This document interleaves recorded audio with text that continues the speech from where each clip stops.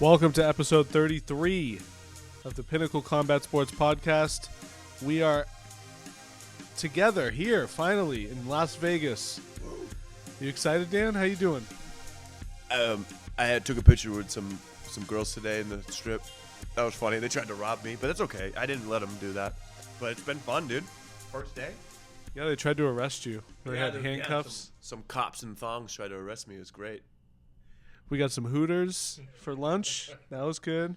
We got some hilarious pictures that maybe we can post somewhere on the Instagram or something. That'd be fun. But we got a big UFC card tomorrow. UFC 308 in Abu Dhabi. We're at the MGM. We're staying at the MGM, so we're going to play some bets at the sports book. It's going to be great. You excited? Put some scratch on the games, dude. The fights, rather. Yeah. Dude, I can't wait. I'm so pumped for this card. That's what we were just saying before we started recording. Like, you kind of scrolling through, and I'm only thinking of the top two fights, and then you'll look and you're like, holy shit, this fight's going. This one's in the prelims. The one that I was really looking at, like, we'll obviously get into it, but it's like you're looking at that one in the prelims sitting there, Jeff Neal and Dos Anjos. You're like, damn, that's not even the main event of the prelims. You know? I can't wait, dude. Yeah, it's going to be crazy. And also, I want to apologize to anyone listening to this. We only have one microphone, and we're going to do our best for audio quality to pass this thing back and forth. But, yeah, I mean, why don't we just get right into it, and then we can, in the middle somewhere, we can talk about our plans for Vegas and stuff like that if anyone cares. But main event, 5-round fight for the featherweight title. Featherweight champ versus BMF champ. Ilia Topuria versus Max Holloway. How do you think this is going to go, Dan? Oh, this one's so crazy. I really don't know. That's what makes it so interesting. Because it's like we're both pretty big Holloway fans. And it's no disrespect to Topuria, but we've been Holloway fans for a bit. We both like Holloway a lot. And I'm worried about this fight for him. But then again, I was worried about the last fight. And you saw what happened. Yeah. He literally won the whole fight. And I thought I was scared for that. I was worried about that fight just because of, I know it doesn't really, the MMA math doesn't really work. But when he fought Poirier and it just looked like a lightweight fighting a featherweight, I didn't want to see that again. And I thought that's what we were going to see, and we didn't. So obviously Holloway made some changes. And yeah, you just worry about the power there. But Holloway's never even been knocked down. So you just, something's got to give. We'll find out. But, I mean, I cannot wait for that fight. I do not know. It's one of those ones I would say probably heart says Holloway. Like, brain says otherwise, I guess. I don't know. But that's kind of where I'm going, leaning with it. But I am rooting Holloway for sure. What about you? Yeah, I'm with you. My heart says Holloway. Like, we were downstairs looking at the sports book, trying to get it, because I've never done it for sure. And the MGM's pretty cool about it. It's just little kiosks that basically have a built-in DraftKings. And it's all, I don't know how different the odds are. I'm sure they're a little different. And I'm sure they'll change as it gets closer to the fights. But I don't know. I was back and forth. I was like, okay, if Max wins, I could see him winning by decision because he's just going to put it on him like volume, a lot of punches. He's really good at that, especially lately. Great example with Justin Gaethje fight. I mean, he pieced him up the whole fight, right? But I could see Ilia knocking him out. As unlikely as that might seem, given Max's history. But Ilia Topuria, man, we haven't seen enough from him yet. Like if you look at his record, I mean, this is his first, let's go look at his record here. Let's look at his last couple fights. Some quality wins there. Yeah, I mean, Volk, that's a huge win. Yeah. I mean, anybody that beats Volk is a stud, right? And the way he did it, knocked him out, right? But, Volk's also, he was coming off 2 losses to Makhachev. Including the stoppage one. Yep. And Josh Emmett, where does he rank? He might not even be in top 15. Not that he's a great fighter. He's got a lot of power. Speaking of power, Bryce Mitchell, same thing. I think he's. Oh, and that was a submission. That's pretty impressive, though. Yeah. So, and Ryan Hall, and there's some good fights, but nothing like Max Holloway. besides Volk, right? But Volk, and there's a point there. Volk's beaten Max Holloway 3 times. I believe so. So there's that. But yeah, like I was saying about the whole betting thing, I could see Ilya knocking him out, but I could see Max putting it on him and Ilya really not having an answer to the volume, like you said before. I don't know. I'm excited. We'll be betting on it. I'm not sure which way we're gonna lean yet. Maybe we'll make a couple and we'll hedge our bets. But yeah, I mean, I don't know. I just love old school guys making a comeback and going for that title again. I think it'd be great, and everyone wants to see Max win. So, and he's the underdog, so put some money on him. No, I agree. I really like both underdogs because they're both actually on the UFC website right now. They both stand at the same odds. They're both plus 195. I like that on both. Talking Holloway and Whitaker. I don't see them. Like I know it's a championship fight, so I can't really say it on that one. But I don't see that Whitaker Chimaev fight as there's a 238 underdog. I don't see either one as a favorite like that. Why do you get into that? Like why? That co-main. Well, with that one for sure, it's more like you kind of saw how Chimaev looked against a guy like Gilbert Burns, who's awesome, but the reality is he is a true 170, and then you're going to be fighting a true 185er who was at 170 at one point, but's been at 185, been a champion. So I just kind of like those videos we shot before we hit record of that dude talking about him. I kind of agree. I could see this as probably your upset of the night, and I don't even see it as quite an upset. I just think Whitaker is a handful for people.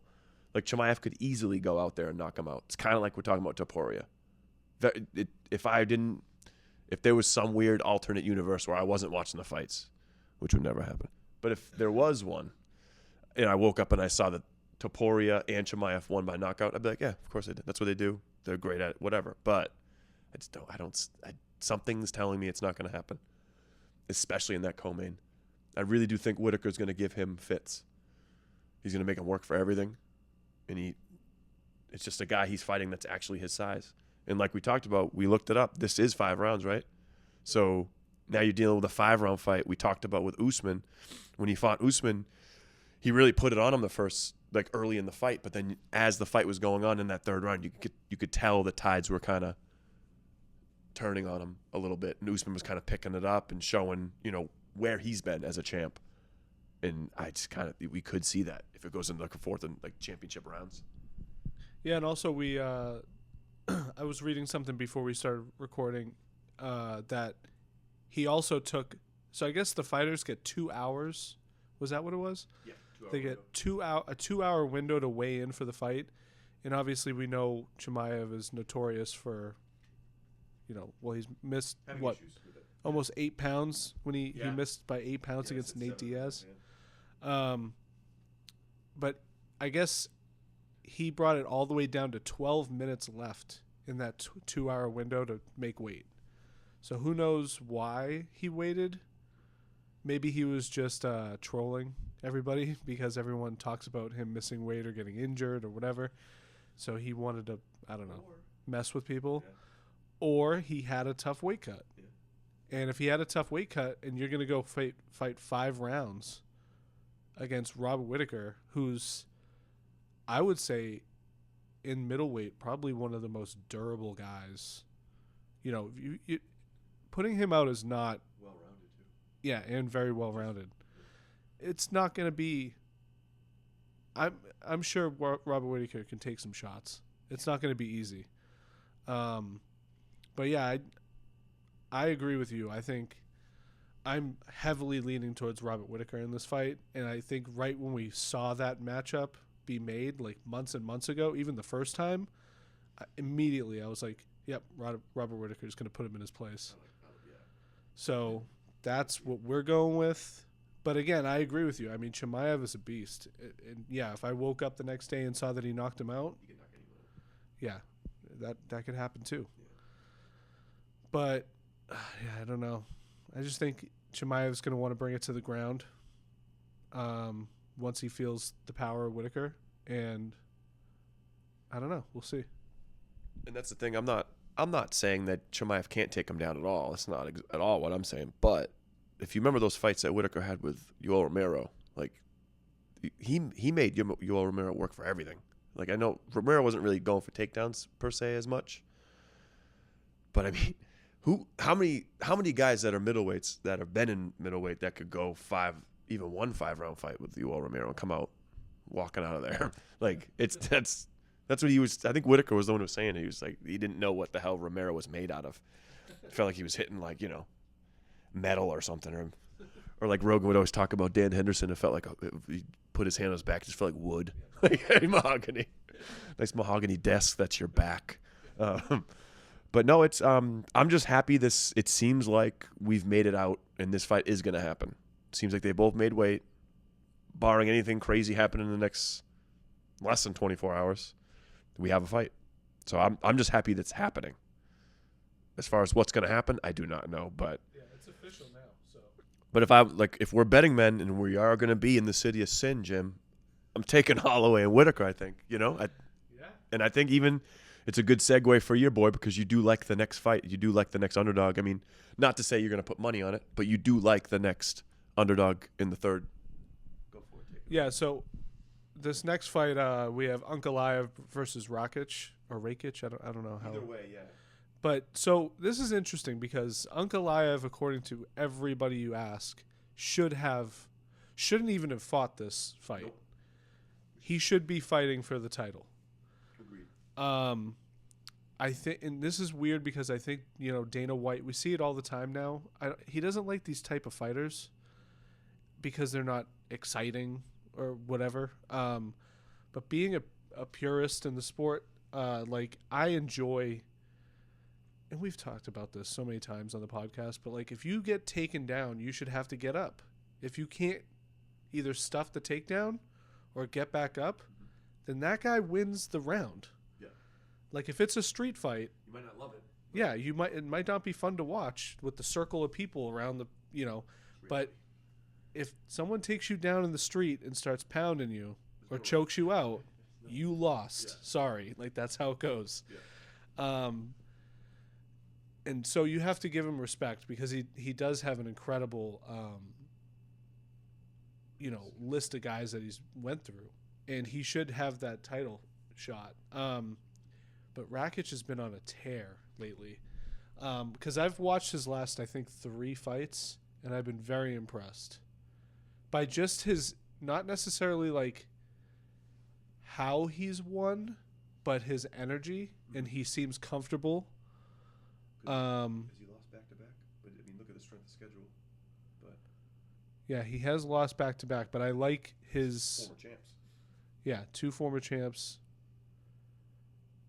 But I just like his energy. I like how he goes into the fights. And I think he could have won some of these. Like, he didn't look bad against 2 former champs. You know what I mean? He's dangerous throughout, too. And so, I don't know. I mean, I don't think he's – my heart says Rakic, but I think Ankalaev's going to take it. I agree. But if he doesn't, that's a huge mistake to take this fight. Like – well, I shouldn't say it's a mistake to take the fight. I think you should, if you're the number 1 ranked light heavyweight contender, you should have the confidence and fight anybody in the top 5 and be able to beat them, right? So, and that's what those guys from Russia do. So, I don't know, but it's an interesting matchup, and I think if Rakic comes in there with confidence like he did in the last couple fights, he has a real shot. Yeah. Oh, absolutely. No, he's dangerous for anyone. And it like you kind of alluded to it would be one of those fights where you'll look and you'll say, oh man, he shouldn't, like it just seems like one of those fights that might be a slip up and then he loses it and then he loses the shot. Like it just seems eerily like one of those type of seems like it's one of those things. But with that said, I still think Ankalaev's going to win. I still think he's going to outpoint him. I don't know if he's going to kind of go more wrestling heavy. I don't really know how that's going to go because Rakic is a big dude and he's a scary striker, so I wouldn't recommend standing up with him. But then again, I'm not Ankalaev, Jim. Do you think that's going to go the distance? Or? I could see Ankalaev by decision, especially a 3-rounder. I would think, not to say not to say Ankalaev can't win by a stoppage, but if I was a betting man, I would say a stoppage would probably be coming Rakic's way. I feel like that's how he's going to win the fight. Not to say that Ankalaev can't do the same, but I would say I feel like pick one outcome, I would take Ankalaev unanimous decision. I don't know what your thoughts on that would be. So I kind of, I could easily see that, and let's see. So then I could see Holloway by decision. I could see Ankalaev by decision, and I'm kind of leaning towards maybe Whittaker even getting a stoppage if it goes late. Because if it goes in those late rounds, then Chimaev does not have that experience in those late rounds. He's never been in the 4th or 5th round. Yeah. I could see him. So, yeah, and especially what happens if you start gassing right at the end of that 3rd? Like, forget about the 4th. You don't even get to the 4th and 5th yet, and you're already kind of. I think it's just very important for Whittaker not to get caught in that first couple rounds when anything's significant. You get taken down, you're going to get taken down maybe once, twice, 3 times, whatever. You just got to pop up. But it's just trying not to get hit with anything too significant strike-wise. I really like his chance to put him in deep water just by pressure, forward pressure, just making him work, making him be active throughout. But, yeah, I mean, look at those top 3, and then you have that 4th. Like, this card's nuts, dude. Yeah, get into the next one. The next one, love this fight. Number 12, Lerone Murphy. Sorry. Also, we haven't mentioned this yet, but I'm pretty sure this whole card has 8 undefeated fighters. I'm pretty sure. Lerone Murphy. Is Ankalaev undefeated? I know Ilya is. I don't think he is, because he doesn't have like a draw, so it technically wouldn't be. Didn't he have one with Jan? I think he had a draw, like a majority draw. Topuria definitely is. Chimaev definitely is. Yep. Lerone Murphy definitely is. Sharabola definitely is. So that's 4. I think there's others too. I don't know. I want to say one of these guys are, but I'm not too familiar with them. I know that both these guys have very good records. One might be talking. I think it's Ibo Aslan and Rafael Sequeira. We were told to watch out for this fella, so I can't wait to see him. I don't know if I've seen him fight yet. Maybe if he was like a Contender Series guy, I've seen him, but I do not know if I've seen him. But no, we'd have to look it up. But as far as that, what's that 4 we already named? 5. Barashat might be. Farid. He might be another one. Wow, we'll have to look that up. That's a good. Yeah, I think there's 8. All right, from what I remember, I thought I saw that online. I'm pretty sure it's 8. Damn. Which is crazy. Wild. Yeah. Someone's losing their donut tonight or tomorrow night. Imagine if no one does. Like all 8. All right, we're gonna do a parlay. All 8 are losing their donuts, dude. That'd be wild. We'll be millionaires, but it won't happen. But yeah, Lerone Murphy and Dan Ige. I mean, I was really impressed because I'm pretty sure Lerone Murphy's last fight was Edson Barboza, and that was a really good fight for him. He looked great. Yeah, he did. He looked great. Like that's not an easy person to do what he did. To Edson Barboza at any age, that dude is still dynamic and still dangerous. So very high on Lerone Murphy. I kind of lean towards him, even though Ige is just an absolute legend, absolute gangster for his last fight. Yeah. But he's like, what was it? Was it? I think he said 2 hours. 2 hours notice. Yeah. That's crazy. Because he lives in Vegas, so. I was watching this movie, Old Henry, on the plane. That's not even 2 hours. He could have been just watching a movie and then like. They're like, do you want to fight? He's like, yeah, when this movie's over, I'll be over there. But it's like, it was crazy when you heard that because obviously you were bummed. And the fight ended up happening after, like Ortega and Diego Lopez. And it was an awesome fight. But you were super bummed, just like you were with Whittaker Chimaev going down initially that first time. Was that the same card, too? I believe so. That was just a doomed card, wasn't it? Yeah. There's a couple of them. Like. And what's his name came in and saved the day again?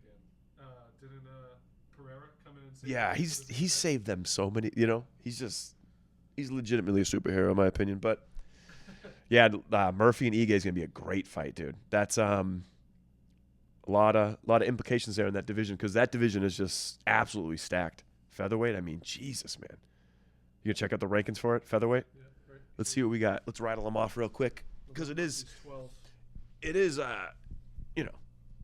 it's worth mentioning because the main event is featherweight boys. So you got your champion Topuria.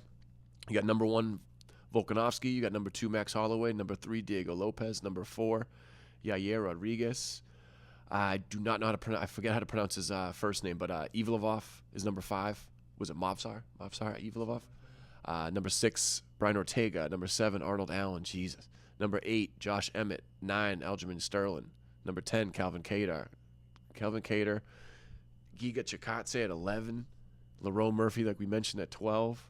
13's Bryce Mitchell. 14 Dan Ige, and 15's our boy Edson Barboza. What a that's a crazy top 15. And I should correct myself. Earlier I said Josh Emmett was not ranked, but he's ranked pretty high. He's 8. I think it's probably just like the inactivity. Like I should not to say he's been super inactive, but he hasn't been fighting a ton in the last, say, 3-4 years. But. Yeah, for sure. And obviously we all remember his last fight with Bryce Mitchell and how that went. Oh boy. But yeah, but I'm with you. Lerone Murphy, I think he's got this pretty much in the bag. Pretty high on him. Because of his talent. As much as we all love Dan Ige, he's a beast. And he looked, dude, if that fight was a 5-round fight, Dan Ige and Diego Lopez, Ige would have won. You never know. Yep. I think. But that's another good underdog. Yeah, that's another good underdog. Because, like you said, we're both picking Murphy in this fight. But I might, if we do parlays, I might want to leave that one alone altogether. I'm not super confident either way on that one.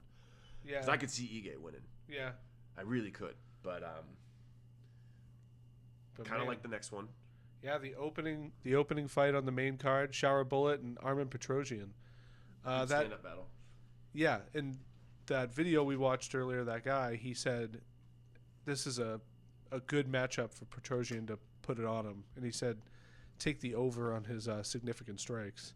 Now, that doesn't necessarily mean he's going to win. No. But it's definitely in his favor to start throwing. And I agree with that. Yeah, no, we probably should maybe pay attention to a couple of the ones he said I really liked. I forget the ones I really didn't, but most of those I definitely could see happen, and I agree with. Yeah, I think Chimaev with +3 takedowns, which was a pretty good one because he took down Usman 4 times, I guess. 3. So 3 in 3 rounds. Oh, right? in 3 rounds. So. Yeah. So that one's good. But yeah, this fight's gonna be good, and this is a big test for Shara, right? I mean, yeah, definitely. We'll see how he. I would say it's probably him. his best opponent since we've seen in UFC. Yeah, Olashechek's good. Yeah, I would say so. I'd put my money on that being. Yeah. Yeah, big test. Yeah, I'm looking forward to that one too. Man, that entire main card is just great. Yeah. And then Jimbo, we got Ibo Aslan in Rafael Sequeira. I got to get that name right because that sounds like a name that's fun to pronounce. Hey Siri. Hey Siri, help us out. Guys, if you heard that, there was a Siri actually on Jim's phone actually. Must have been eavesdropping. Listen. No. When I say listen, don't listen. That's what I'm saying. Listen, don't listen. Why don't we talk about a little bit of what we're going to get into? Ooh, nice. The Lion, his nickname. Get into in Vegas since we're here. He's 11-0. Speaking of that, that's 1 year undefeated. 11-0. Yep. I'm sorry, but what'd you say, Jim? Let's talk about what we're getting into in Vegas this weekend. We're here till Monday. Yep. We got here Friday morning, which is today. We got here this morning.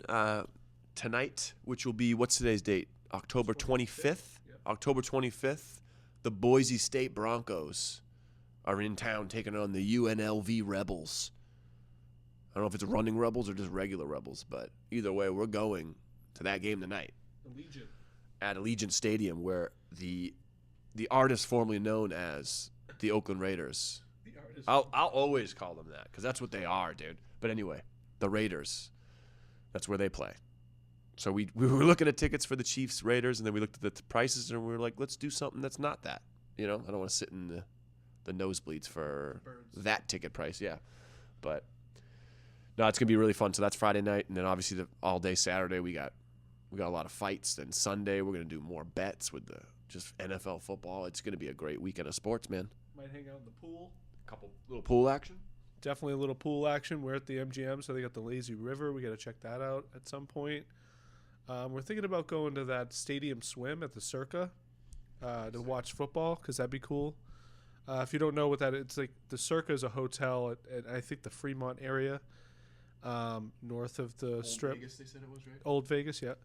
And on the roof of the Circa Hotel, they have a bunch of pools and then a sports book and a huge screen that you can do bets and watch the football games and stuff like that while you're hanging out in the pool, having a couple drinks. And, yeah, I mean, we're just going to have a great time here in Vegas. It's beautiful weather, 85 degrees every day. We got to wake up super early. The first fight, I think, starts at what, 7 a.m.? 7 a.m. local time, yeah. Yeah, That's crazy. So we're going to probably go to, well, if they're playing it down at the sports book, we should watch it and put our bets in early. Little bit of eggs and bacon and parlays. And alcohol. Yeah, well, yeah, of course, a couple of, goes without saying. So what, before we finish this up, what other, actually, we've only been doing a half hour. Oh, we'll get into some more. All right, what else you got for the, So we got, all right, so we talked about, we don't really know a whole lot about that first matchup, which is that's what I kind of like about this card. There's a couple fights that I don't know a ton about, a few fighters that are matched up. But this next one we know both well. Jeff Neal and RDA, Rafael dos Anjos. Always loved dos Anjos. what's his, late, is he on a losing streak or, I don't remember. Let's see. Oh, right there. All right. He has won his last fight, and he beat Gamrot, dude. Huh. That's a good win. No, I'm sorry, Oh, he Gamrot. lost. I'm sorry. So Yeah. Gamrot beat him, and Luque beat him, and he beat Barberina. But it's the strength of schedule ain't bad. Plus, like I was saying, it's like as much as we do love RDA, the reality is he is got to be getting close to 40 at this point. He's been around a long time, man. Yeah. He used to fight a lightweight. I remember when he got knocked out by Jeremy Stevens. That was like a bad knockout, and he just didn't know what was going to happen. Then he went to 170, completely rejuvenated his career and made a real name in that division. So, but the reality is, father time, dude. So you just never know. A guy that's young and hungry like Jeff Neal could get him, but I do like Dos Anjos in that fight. I really do. I still think he has the skills to get it done. Against most guys, it's just like Gamrot's just an absolute handful for people. He's very skilled. He's not going to do it super pretty, but he's gonna put a pressure on and a pace on you if you can't deal. Yeah, for sure. What do you think about that one? Is that? I don't know. I'm so bad at betting. So I would say take whatever I say right here and probably do the opposite. But I don't know. Maybe I'm just remembering the old Dos Anjos. And, they both lost their last fight. So Okay. I'll pull it while you go and keep going with what you're saying. But, I'll check a look at his card. yeah, I mean, I think he definitely still has the skills to beat a guy like Jeff Neal, who's ranked number 10 apparently. But I don't know. Yeah, he lost to Ian Gary. Yep, lost to Ian Gary. Which is, He beat Luque, so that's their common opponent. RDA lost to him recently, and Neal beat him, which doesn't, like we were talking about before, MMA math doesn't always do anything. But and then I guess they had a fight with Rachmaninoff was in the works, but that fell through. So I guess that's why that's there. I vaguely remember that, but obviously never happened. That would have been interesting. That's the fight I'm really looking for. We'll get into that another day, but man. Rachmaninoff? And Bilal Muhammad, that's gonna be a great fight. But no, this is a great matchup. I'm curious to see how it goes. See, this is one that I would probably stay away from betting because I agree. It's 50-50 for me. Yep, I agree with that. Do you know these next guys? Yeah. Was it Matthias? Oh yeah, I've seen Matthias Rebecki or Becky. And I've seen Orlanbai too, from Kyrgyzstan. So this is gonna be a good fight. Figure this. I would think it's probably gonna lean more towards grappling versus striking. Didn't they potentially fight recently? These guys, I know he definitely. Matthias did because that was a great fight. Diego Ferreira, I believe. Oh yeah. That fight was recent, and that was a crazy fight. They went back and forth, and Diego Ferreira got him in the third. But that was a really good fight. All right, let's see about. You're definitely right about this dude too. Yeah, he fought in May this year as well. They both fought in May, different cards. I think it was separate by a week. Oh, he fought Elves Brenner, Brazilian cat. He's good too. Yeah, this is a good matchup. I think that guy impressed me. Orobai. Yeah, he's good. Like, I didn't expect him to be as good as he was in that last fight, and he impressed me. Yeah, very aggressive. I do like the way he fights. So, man, I know we keep saying it sounds like a broken record, but 13-1. All these fights. There's another one that's almost. There's so many undefeated fighters. But that's not bad. Yeah, 13-1. It's great records on this card. What about Bruno Ferreira? But yeah, I would agree with you. I kind of lean towards. Heavy favorite too. Yeah, I would think he's going to take this one. This is a good one too. Abus, I believe it is, Magomedov, and Bruno Ferreira. I believe this dude might be undefeated as well. No, he has one loss, 12-1.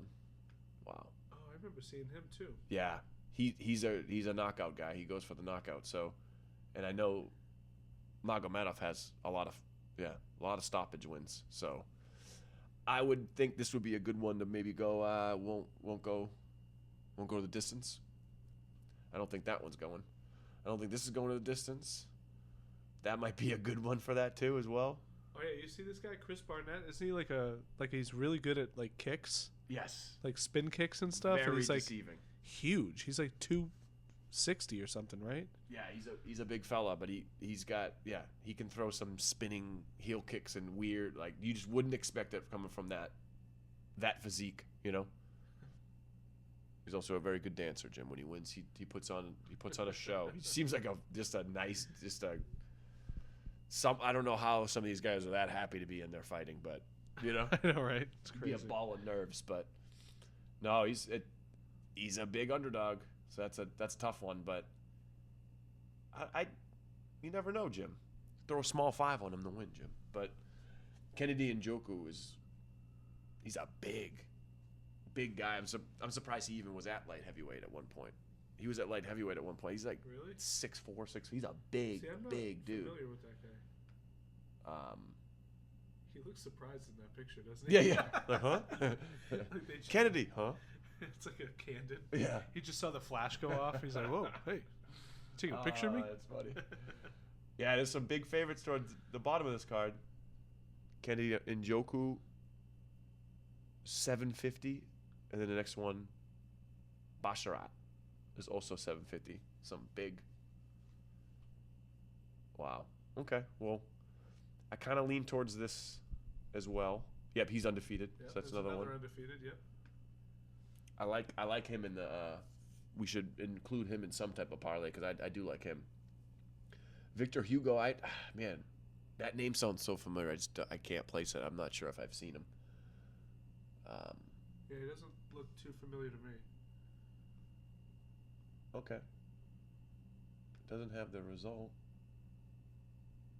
Yeah, sometimes UFC.com doesn't. It's weird. It doesn't give you a result of.